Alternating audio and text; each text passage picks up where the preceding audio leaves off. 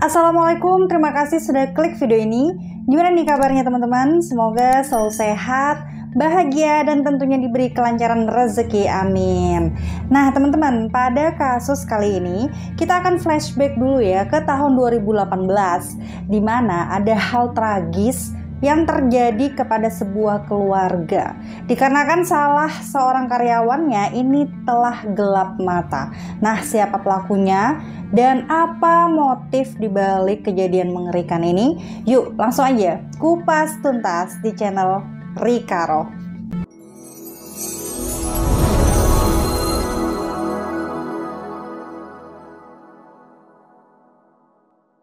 Bapak Ji Sun atau akrab dipanggil dengan nama Bapak Asun merupakan seorang pengusaha yang tinggal dengan istrinya bernama Minarti. Mereka tinggal di sebuah rumah yang berlokasi di Murah Insen, Gampong Mulia, Kecamatan Kute Alam, Banda Aceh. Asun dan Minarti mempunyai seorang anak laki-laki yang berusia 8 tahun yang pada kala itu masih duduk di bangku sekolah dasar. Untuk kesehariannya sendiri, Asun ini berprofesi sebagai seorang supplier barang yang dia kirim ke beberapa toko. Dia juga mempunyai sebuah toko grosir yang kini dijaga oleh istrinya. Setiap pagi, Asun selalu mengantarkan anaknya untuk pergi ke sekolah. Dan setelah itu dia pulang langsung bersiap-siap untuk pergi dengan supir pribadinya untuk mengirim barang ke beberapa toko-toko di wilayah Aceh. Dan dikala suaminya ini sedang pergi bekerja, istrinya Minarti tadi secara rutin menjaga ruko tersebut sampai sore hari. Nah, setelah Asun ini pulang bekerja, biasanya dia sering mengajak anak dan juga istrinya untuk berjalan-jalan atau sekedar mencari makan malam. Bahkan, saking baiknya gitu ya, Bapak Asun ini juga sering membelikan beberapa karyawannya makanan untuk dibawa pulang. Menurut beberapa tetangganya, keluarga Asun dikenal sebagai pribadi yang sangat murah senyum. Mereka selalu bertutur sapa kepada para warga dan juga aktif gitu ya dalam melakukan kerja bakti dengan warga sekitar. Hal ini juga diperkuat oleh beberapa karyawan Asun yang mengatakan bahwa Bapak Asun ini merupakan seorang majikan yang sangat baik dan juga royal. Meskipun dianggap baik hati, terkadang Asun ini ternyata sering memarahi anak buahnya dengan menggunakan kata-kata yang sangat kasar. Hal itu dia lakukan agar para anak buahnya ini tidak mengulangi kesalahan untuk kedua kalinya. Salah satu anak buah Asun yang bernama Iwan Maulana alias Ridwan, dia sudah merasa sangat jengkel kepada Asun karena Asun ini selalu memarahi dirinya dengan kata-kata yang menurut dia tidak sopan. Bahkan pernah pada suatu hari Asun ini mengancam Ridwan untuk memecatnya. Sedikit informasi, Ridwan ini merupakan seorang pria yang berusia 22 tahun. Ia tinggal di sebuah kos yang tidak jauh dari rumah Asun. Ridwan ini bekerja sudah cukup lama ya kepada Asun sebagai supir angkutan untuk menurunkan barang-barang grosir yang baru datang. Namun, dikarenakan sudah tidak kuat dengan sikap dari majikannya tersebut, Ridwan memiliki dendam dan bahkan dia merencanakan hal buruk kepada keluarga Asun.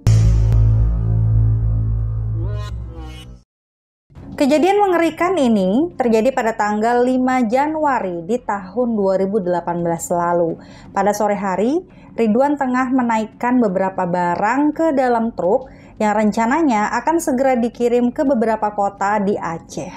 Namun teman-teman, dalam keadaan capek yang seperti itu, tiba-tiba saja Asun ini memarahi Ridwan karena dinilai Ridwan ini bekerjanya sangat lama dan juga lelet dalam menaikkan barang-barang tersebut. Selain itu, Asun juga sempat melontarkan kata-kata yang sontak membuat Ridwan ini merasa begitu sakit hati. Secara diam-diam, Ridwan kemudian mengambil sebuah balok yang pada kala itu ada di sebelahnya. Dan di saat Asun ini membalikkan badan, Di sana Ridwan pun langsung memukuli Asun sampai Asun ini tidak sadarkan diri. Dan dikarenakan hari kala itu sudah sore sehingga beberapa karyawan sudah pulang, maka aksi tersebut tidak dapat dihentikan. Dan ternyata teman-teman tidak cukup sampai di situ. Ridwan yang kala itu sudah benar-benar gelap mata, dia kemudian berlari menuju dapur untuk mengambil sebilah pisau stainless yang berwarna putih. Dia kemudian kembali ke Asun dan langsung menggorok bagian lehernya sampai Asun benar-benar tidak bernyawa. Mengetahui bahwa Asun ini telah meninggal, Ridwan pun langsung menyeret tubuh Asun ke dalam kamar mandi dan menguncinya dari luar. Pembalasan dendam Ridwan kala itu tidak sampai di situ. Dia lantas berlari masuk ke dalam ruko dan dia juga melihat istri Asun yakni Minarti yang baru saja keluar dari kamar mandi. Dan dengan membabi buta, kala itu Ridwan langsung mencekik Minarti sampai dia ini tersungkur. Dan setelah tidak berdaya, Ridwan kemudian menikam leher Minarti sampai dia tewas bersimbah darah. Awalnya timbul niat busuk Ridwan untuk menggauli tubuhnya Minarti. Bahkan di sana dia sempat melucuti semua pakaian Minarti dan akan mencabulinya. Namun kala itu aksinya langsung digagalkan karena sang anak dari Minarti ini pun berteriak melihat kejadian tersebut. Kala itu bocah 8 tahun itu pun sempat berteriak meminta tolong nih teman-teman.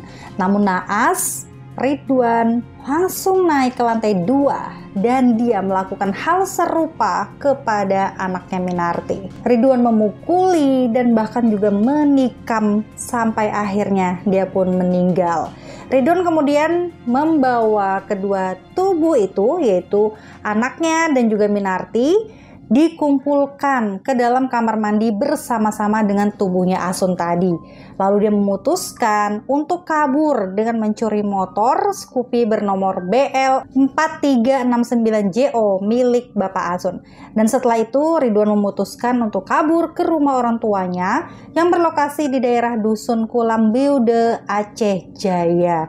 Dan sesampainya Ridwan di rumah orang tuanya, dia kala itu pamit kepada ibunya dan mengatakan bahwa dirinya ini akan pergi ke Medan karena ada urusan pekerjaan. Penemuan keluarga Asun ini pun berawal dari kecurigaan para warga. Warga merasa kok ada yang aneh ya, dikarenakan pintu ruko atau rumah Asun ini mendadak sepi dan dikunci dari luar. Beberapa warga pun berinisiatif untuk menghubungi keluarganya Asun. Namun tetap saja mereka tidak mendapatkan jawaban gitu ya. Handphonenya tidak diangkat seperti itu. Dikarenakan merasa begitu janggal, warga dibantu oleh Pak RT memutuskan untuk melaporkan kecurigaan mereka kepada pihak kepolisian setempat untuk mengecek ke dalam ruko tersebut. Dan pada akhirnya di hari yang sama, tepatnya di tanggal 8 Januari, kurang lebih jam 10 malam, pihak kepolisian pun langsung bergegas datang ke sana. Dan benar saja teman-teman,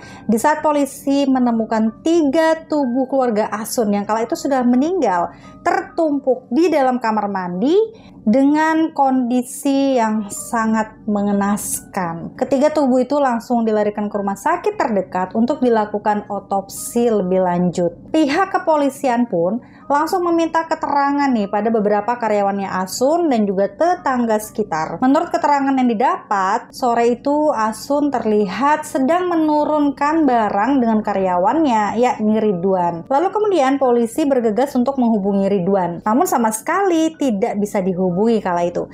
Nah, akhirnya dari hasil interogasi para saksi, polisi pun langsung menetapkan Ridwan ini sebagai tersangka utama. Kurang dari 2 kali 24 jam nih teman-teman, tepatnya di tanggal 10 Januari 2018. Tim Satuan Reskrim Polresta Banda Aceh bersama personil Jatan Ras Polda Aceh dan personel Polres Deli Serdang, akhirnya mereka berhasil menangkap Ridwan di Bandara Internasional Kuala Namu, Medan.